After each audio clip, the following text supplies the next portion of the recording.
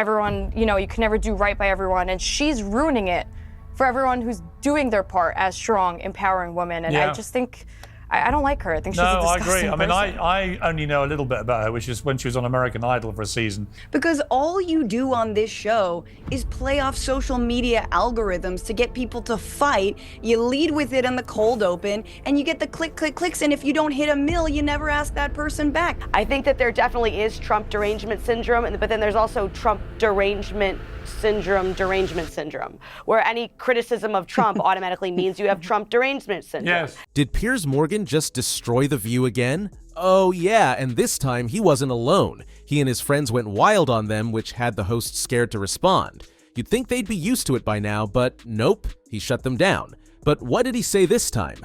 Let's just say it wasn't pretty. Elsewhere, President Joe Biden appeared on The View. Here with the real View, the uncensored View, is my all-star, all-female panel. Piers Morgan brought together a strong all-female panel on Piers Morgan Uncensored to talk about something big. And what is it? Joe Biden on The View. Yes, folks. Biden showed up on The View, and trust me, the ladies went hard on him as always. But was it real journalism or just a friendly PR moment? That's where Piers and his guests came in. His panel, featuring 4 strongly opinionated women, broke it all down. They gave uncensored opinions about Biden, The View, and how the media handles powerful men past their prime. Piers didn't hold back. He called out the double standards and asked the real questions. Was this a real interview or just political theater? The panel had a lot to say. Let me show you where it started. All-female panel. I do feel like Biden going on The View here. Completely intellectually overwhelmed. Let's start with Biden on the... I was joking, obviously. Piers Morgan kicked off with a sarcastic jab at Biden's appearance on The View. He joked that Biden was intellectually overwhelmed, but we all knew he was setting the stage for something bigger. He showed a clip of Alyssa Farah Griffin asking Biden a softball question about whether Nancy Pelosi forced him to step aside in the election. Instead of pressing him, she framed it as a selfless decision, basically handing him an easy way out. Biden's answer? Have a look yourself. I never fully believed the assertions that somehow there was this overwhelming reluctance of my running again. I didn't sense that. And although the polling, as I said, Biden's polling was different, the fact of the matter is my polling was about, we're always within range of beating this guy. Well, his response is a lot of words, but not a lot of clarity. He wanted to sound in control, but the way he spoke made it feel like he was trying to convince himself just as much as everyone else. He denied being forced out, yet openly acknowledged that plenty of people wanted him to go. I think there were, it makes sense. There were some folks who would like to see me step aside so they have a chance to move on. I get that. That's just human nature. But that wasn't the reason that I stepped down. And then came the age moment. Instead of shutting down concerns, he accidentally fed into them by rambling and struggling to finish his point. It was one of those answers that technically says something, but leaves you feeling like you learned nothing. I stepped down because I started thinking about it. You know, it's hard to think of, I know you're only 30, but it's hard to think of, it's hard for me to even say how old I am. If this was meant to put doubts to rest, it did the opposite. Instead of a strong, clear response, we got a mix of denial, half admissions, and a reminder that age is a problem. Many people spoke out on this, wondering what happened to Biden and if he felt okay between those ladies, or if they made him feel confused or pressured. But what's the real story here? Was Biden in control of his exit, or was he gently pushed out?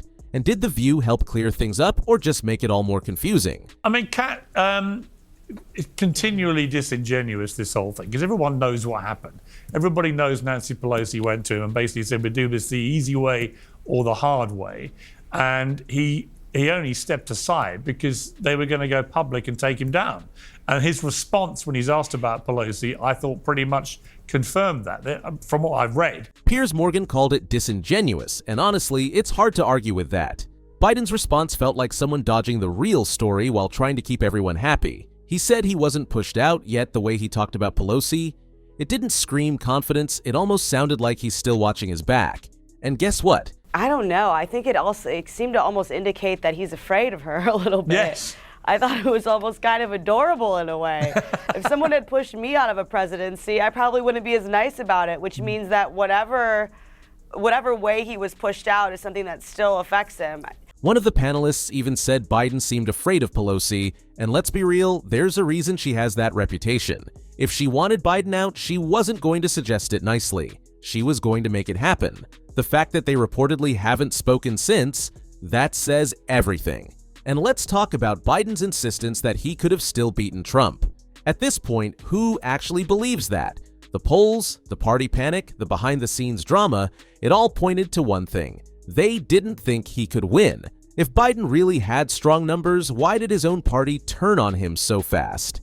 Nancy Pelosi is known for being a major force in politics. Whether people like her or not, most agree she knows how to get things done. Some believe she plays a big role in shaping decisions behind the scenes. Now hold on, because at least Whoopi didn't, and have a look at what she said next. Where to go with Kamala.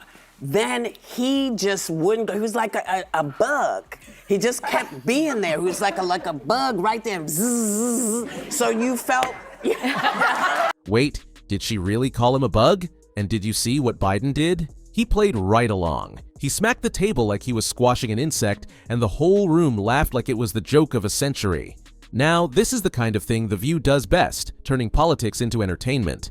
But was there any truth to it? Not only me, but many people wonder. But wait, you didn't think Morgan would buy that, right? You know, Emily, the reality of that is that it was the other way around. I mean, Biden was the bug on that debate stage who got completely flattened by, well, mainly himself and his inept performance, but also by Trump. He pointed out that if anyone was the bug in that debate, it was Biden. His performance was so weak that Trump didn't even have to do much.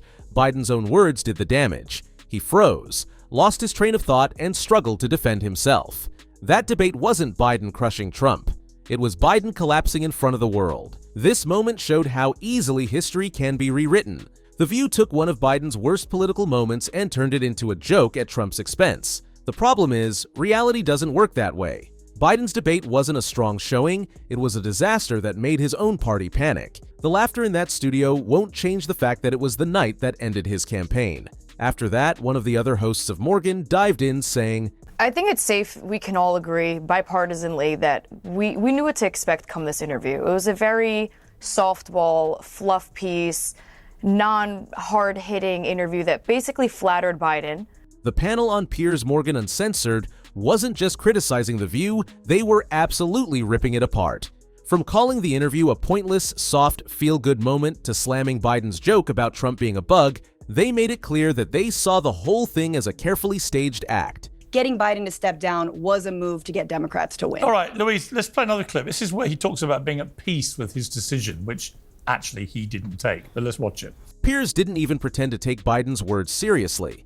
Before even playing the clip, he called out the obvious. Biden didn't actually make this decision on his own. And when the clip rolled, Biden's response only made that even clearer. You know, Louise, on one level, it's all quite nice and folksy and fun, and he goes on a very liberal skewed show, and they all cheer him and treat him like a hero. Biden claimed he was at peace with stepping aside, but was that really the full story? He threw in the same line about being a transition president. Acting like this was always the plan. But if that were true, why did he fight so hard to stay in the race for so long? Why did it take pressure from Pelosi and the rest of the party to finally push him out?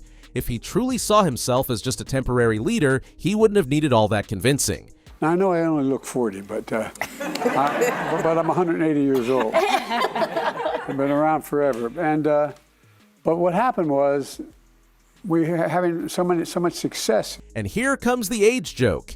I mean, Biden is really trying to laugh off the one thing that sunk his campaign, his age. But the problem is, it's not funny anymore. The reason he's out isn't because he looks old, it's because people saw him struggle, freeze, and forget his own words on live TV. The polls didn't turn on him because of a number, they turned on him because of what people saw. Now, hold on y'all, because I've got one more tea to tell you.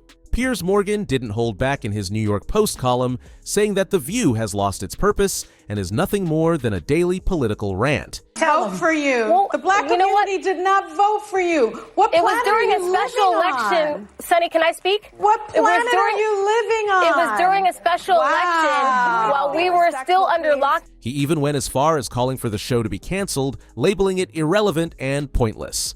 Pretty intense, right? But does he have a point, or is this just another case of media personalities clashing? One of Morgan's biggest complaints is that the show has turned into a non-stop Trump-bashing session.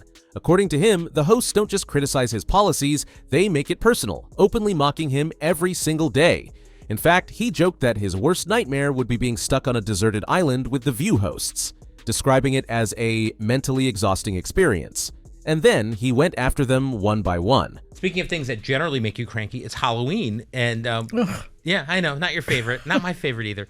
It's really All Souls Day. I'm a Catholic girl. Yes. And that's what it's all about, dead people. Morgan reminded everyone of the controversy surrounding Joy Behar Halloween costume from years ago, where she allegedly darkened her skin, yet now she acts like it never happened.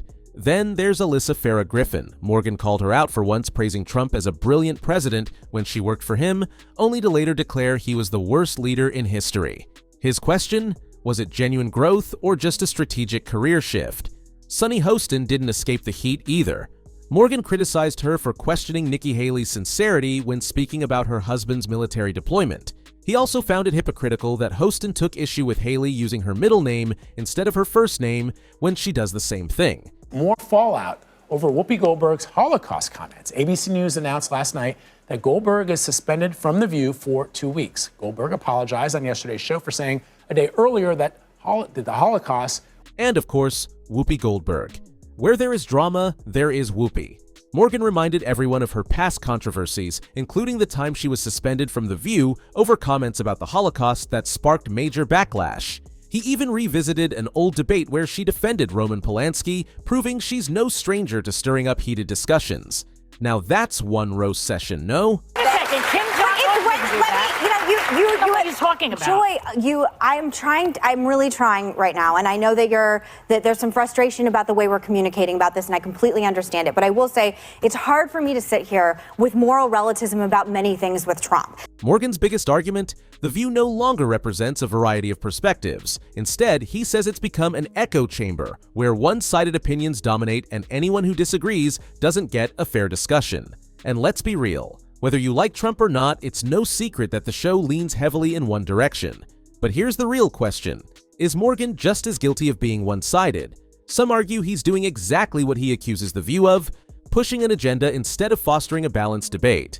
Others think the show doesn't need to be canceled, just adjusted, maybe less like a political battleground and more of an actual discussion platform. I said low-level crimes. I said low-level crimes like Alice Marie Johnson. But then you should have said, it. But who here thinks that this should happen if he gets out? I'm sorry. 11% rise in... At the end of the day, The View clearly sparks conversation, but is it the kind that actually gets people thinking or just more of the same predictable media divide? Now you know that Morgan is really destroying The View, and many people are on his side cheering for him and motivating him to do it more. Because why should we spare them if they don't spare anyone else? And what did we learn here? According to many people, Piers Morgan and his panel absolutely destroyed The View, and they didn't just call them out. They exposed how the show pushes a fake narrative, twists reality, and refuses to admit when Democrats mess up. From Biden's forced exit to the ridiculous debate, The View's host spent more time pretending than actually informing people, and many agree with it. So, what do you think? Did The View finally go too far? And after getting exposed like this, how long before they try to clap back? Or are they just hoping no one noticed? Do let us know your views in the comments below. If you like this video, hit the subscribe button. Thanks for watching.